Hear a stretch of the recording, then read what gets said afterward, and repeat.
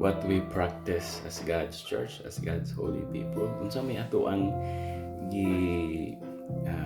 mga gimbuhaton din sa ato ang sulod sa ato ang simbahan. Simbahan sa Dios, balaang katawan sa Dios. Dili pa ni siya official, kay partial pa man niya sa mga listahan. Doon natin upat nga itong masulti karon. Unang-una, nga kita, we are a community of priests, prophets, and kings. Nga, dinhi sa ito ang simbahan. Kitang tanan yun nga interesado. Dawat yun, you welcome yun. Nga, mudawat sa gasa sa bunyag o ordinasyon. So, kitang tanan, mga ordained, equal rata. Kalay mong senyor, pareha rata na mo.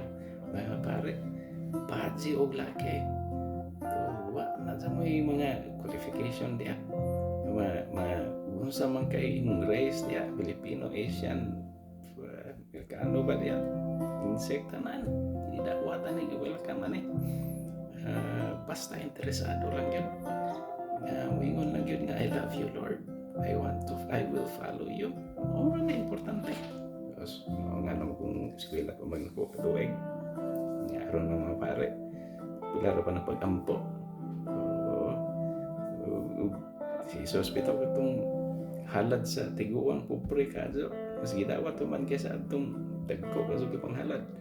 Ang point niya na nga pag-ampo sa wakay eskwela grade 1 o pag-ampo sa doctorate diha nga 15 katuig ng eskwela pariharan ang dawaton sa Ginoo basta kinasing-kasing mas dawaton pag nangyari wakay eskwela basta kinasing-kasing iyan ang garing dato nga garing bright kaayo 15 katuig kroning non ray mas isalikot mas Ginoo yan sige mao na kitang tanan mga pare, mga propeta ug hari dinhi sa simbahan sa katawan sa Dios. Balaang katawan sa Dios. Ikaduha, ang sama atong gihimo. Atong gihimo dani nga ang tanan nga mga binunyagan o gipang-ordinahan kinahanglan na gyud trabaho.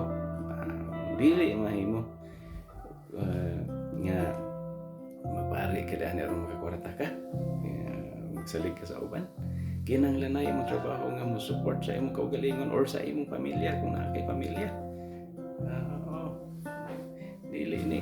dili ni paninapi walay paninapi dani kung no na kay excess ato nang isgutan sa sunod sige basta ang importante din na nga doon gyud tay trabaho mo do kada sa 23 atong isgutan na work kinahanglan doon na gyud tay trabaho dili ta magkuan lang mura ta og kana bitong nakuan pa da murag simbahan da na nga murag milking cow igura ta mo tutoy mura tag bata nga tutoy lang mura tag bata nga patutoy gata sa itong inahan dili nga na okay ra ng bata kay normal man ang bata mo yun na helpless mo yun na di mo yun na makatabang sa iyang kagaling kay bata pa man ang mapumani pag-anak pero kitang mga dagko na nga dagkog lawas na mga pare mga pastor di anak nga magkuan lang magpakasadyon lang taking advantage na siya magpasweldo ta working na to nga working for God pero magpasweldo dahil nagpasweldo bago si Jesus.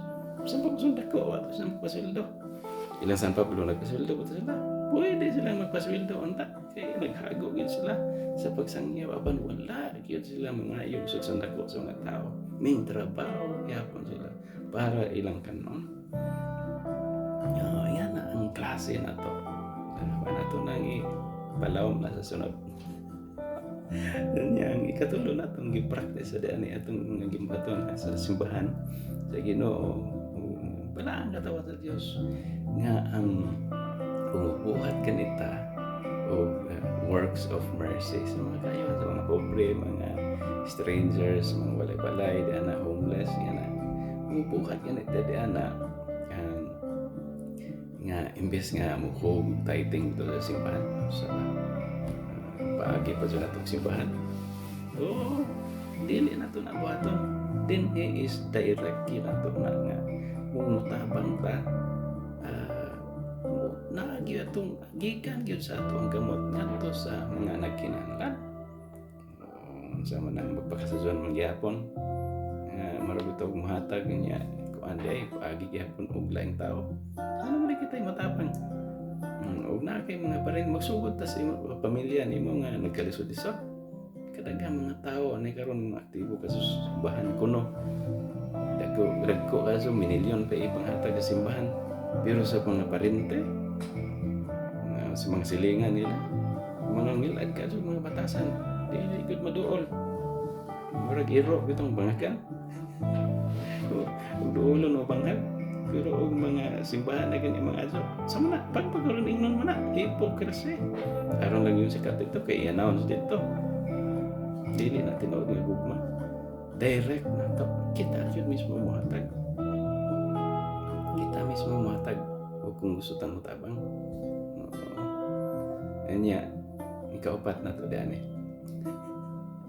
sorry kasi ikaupat ani nga mo respeto kita sa tanan niya mga relihiyon dili ta mo kuan dili ta mo saway nila o pasensya na sa mga pungahong gipanggamit si Jesus po mismo po do subong po to sa saway sa mga para sa iyo ito mga higayon di mo po nagalikayin kay mo yung nasinati ko po na mo na nga pero wala ta intensyon na ni pag-degrade or pag kuan nila kanang mo respeto gyapon ta nila sa tanan yun kay kani mong relihiyon gud mo na maguna mo raman do labi na og nagbata gikan na tawag gud kay ana og lisod na kayo na kuhaon gikan nimo kay mura maguna og na himo nang kabahin parte sa imong kinabuhi wala ta intensyon na pag kuan na nga to tang pagpahambit rampod sa ato ang pagtuo sa ato mga kasinatian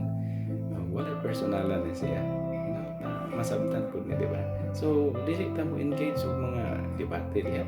Ato i-prove yun sa tibo kalibutan nga kita mo sakto. Kita mo tinuod nga simbahan sa Dios. Tinuod nga bala ang katawan sa Dios. Ato lang ipakita sa ato ang buhat. Atong buhat mo imo prove nila nga sakto ta. Og sayop sila. Di ang puta mo judge lagi sayop sila Ginoo ra din hebaw di ani. Pero sa madugay o madali mo abot yung panahon ni kani mga kalibutanon, mga temporal, mga material, mga simbahan diyan mga dagko ay mga pilde. Mga tumpag na. Siya po ni gira diyan mga tumpag na. Nya, mayon sila nga simbahan sa Dios. Binuang na. Kitang to din ang simbahan sa Diyos na sa tuwang dughan sa tuwang kasing-kasing puyong imo dili din ang dagko kayo mga katedral diya dagko kayo mga simbahan templo sa diya pas naman nga itong ituan mo intensyon na nga mo yurak sa ila ang ituan sige mo na ato panipunan siyempre ang isang upat sa pagkakaroon alright sige